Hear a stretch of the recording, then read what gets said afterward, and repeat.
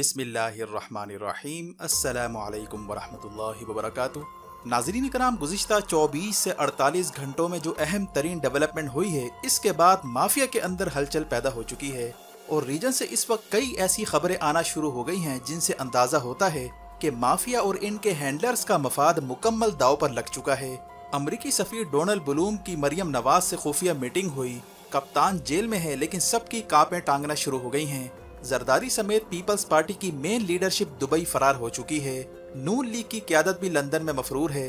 निगरां वजीर आजम अनवारुल हक के हाथ से मामला निकलता जा रहा है। IMF ने अभी तक खत का जवाब नहीं दिया, जिसके बाद निगरां वजीर आजम को हंगामी तौर पर अमरीका भेजने की तैयारी हो रही है।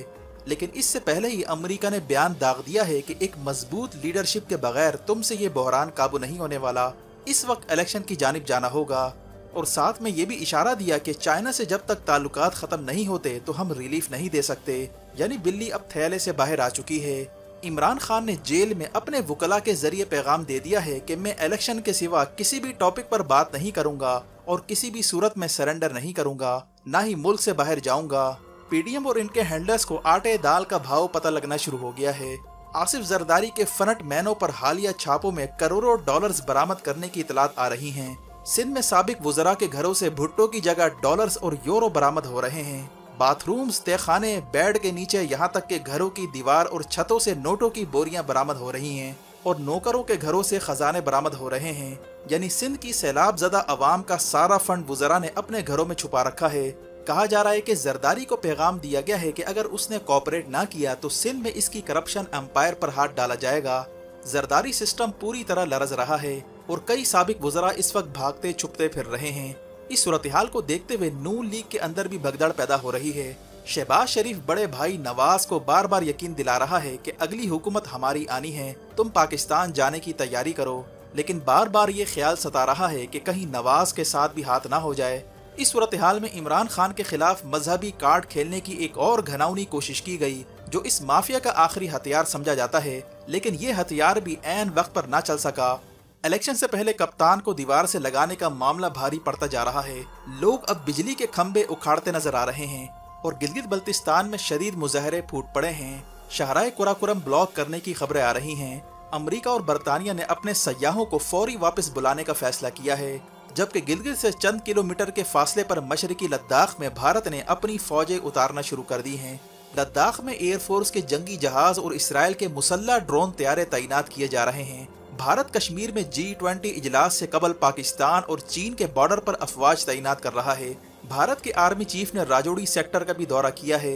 अगले 15 दिन अहम तरीन करार दिए जा रहे हैं। पूरे खित्ते का मंजरनामा बदल सकता है।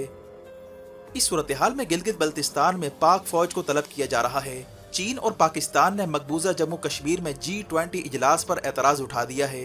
पाकिस्तान एयरफोर्स और नेवी को हाई अलर्ट किया जा रहा है। इस दौरान पाकिस्तान के एयर चीफ ने तुर्की का भी दौरा किया है, जहां दिफाई ताउन बढ़ाने की बात की गई। चीन और पाकिस्तान की जंगी मशकें पहले ही जारी हैं, जबकि पाकिस्तान नेवी के 3 बहरी जहाज दहशत, हिम्मत और मुहाफिज ने इराक की बंदरगाह उम्मे कैसर का दौरा किया है। वो भी उस वक्त जब मिडल ईस्ट का मंजरनामा बदलने जा रहा है। बंदरगाहों की हिफाजत का मामला मिडल ईस्ट में अहमियत इख्तियार करता जा रहा है। इससे कबल पाकिस्तान नेवी के जहाजों ने UAE का भी दौरा किया है, जबकि पाकिस्तान के JF-17 तैयारे मिस्र पहुंच गए हैं, जहां ब्राइट स्टार मशकों में ये तैयारे हिस्सा ले रहे हैं। दूसरी जानिब चीन और थाईलैंड के दरमियान नेवल मशकें हो रही हैं। चीन और इंडिया के दरमियान तनाव बढ़ते ही भारत की मशरकी रियासतों पर दबाव पड़ सकता है, जहां मानीपुर में हालात कंट्रोल से बाहर हो रहे हैं। भारतीय फौज मानीपुर में फंस चुकी है। सियासी हल खत्म हो चुका है। भारत के साबिक वजीर चिदम्बरम ने मोदी पर ईसाई कम्युनिटी की नस्ल कुशी का इल्जाम लगा दिया है। इस दौरान भारत में मुसलमानों के खिलाफ एक के बाद एक वाकया सामने आता जा रहा है। हाल ही में यूपी के स्कूल में मुस्लिम बच्चे को थप्पड़ मारने का अफसोसनाक वाकया सामने आने के चंद ही दिन बाद कर्नाटका में एक और अफसोसनाक वाकया पेश आया है, जहां एक मकामी स्कूल में हिंदू टीचर ने 2 मुस्लिम बच्चों को मुखातिब करते हुए कहा कि ये तुम्हारा मुल्क नहीं, तुम पाकिस्तान जाओ, यहाँ तुम लोग हमारे गुलाम बनकर रहोगे। इस सूरत हाल में अब शदीद रद्द-ए-अमल सामने आ रहा है, जबकि कांग्रेस ने मोदी के हाथों इंडिया की तबाही की पेशनगोई करना शुरू कर दी है। 2024 का इलेक्शन पूरे खित्ते में अहम होता जा रहा है। इसके साथ ही रूस ने बड़ा कदम उठाते हुए दुनिया का खतरनाक तरीन इंटरकॉन्टिनेंटल बैलिस्टिक मिसाइल को ऑपरेशनल कर दिया है, जिसे सरमत मिसाइल कहा जाता है, ये एक साथ 15 एटम बम ले जा सकता है और नॉर्थ पोल से साउथ पोल तक अहदाफ को निशाना बना सकता है। इस सूरत हाल में अमेरिका के दिफाई हलकों में खलबली पैदा हो चुकी है। नेटो ने जंगी मैदान में रोबोट उतारने के लिए 5G को टेस्ट करना शुरू कर दिया है। इस दौरान तुर्की के सदर ने रूस का हंगामी दौरा करने का फैसला किया है। सूरत हाल आखिर किस जानिब जाती जा रही है? मजीद तफसीलात में जाने से पहले असलियत टीवी को सब्सक्राइब करते हुए बेल आइकन पर जरूर क्लिक करें ताकि हर आने वाली वीडियो का नोटिफिकेशन आपको बर वक्त मिल सके।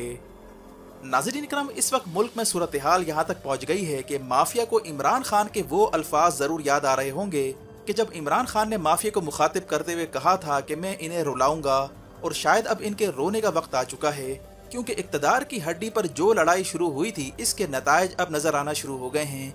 जरदारी माफिया जो गुज़िश्ता साल पंजाब और वफाक में इमरान की हुकूमत गिराने नोटों की बोरियां लेकर पहुंचा करता था और इसे किंग मेकर का खिताब दिया जा रहा था, और ये सारी माफिया इमरान के जेल जाने पर भी खुशियां मना रही थी, लेकिन अब सूरत हाल ये है कि जरदारी और इसके साथी दुबई फरार हो चुके हैं।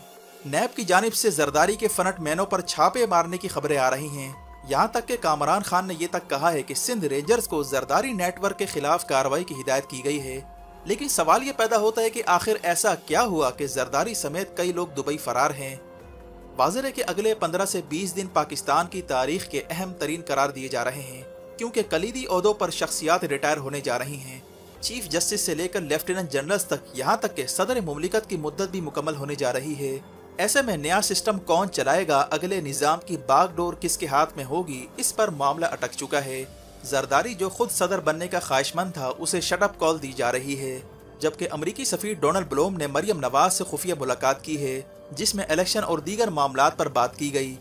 कभी इम्कान है कि अमरीकी सफीर के जरिए माफिया ने अमरीका और इस्टेब्लिशमेंट को पैगाम देने की कोशिश की है कि इनके लिए अगर रास्ता ना निकाला गया तो मामलात खराब हो जाएंगे, जिसकी वाज़ेह मिसाल पीपल्स पार्टी के खुर्शीद शाह का हालिया बयान है, जिसमें वो पैगाम देता है कि अगर इन पर हाथ डाला गया या इनके बंदे पकड़े गए तो हम ना सिर्फ हालात खराब करेंगे बल्कि इंटरनेशनल लेवल पर भी फेस करना मुश्किल हो जाएगा, जिसका सीधा मतलब है कि जरदारी माफिया दबे लफ्जों सिंधु देश वाली धमकियों पर उतर आई है और अमेरिका और बैरूनी ताकतों की मदद भी ली जा सकती है। यही सूरत हाल नून लीग की भी है, क्योंकि हालिया इतला के मुताबिक सिंध के वुज़रा के घरों से नोटों की बोरियां बरामद हो रही हैं।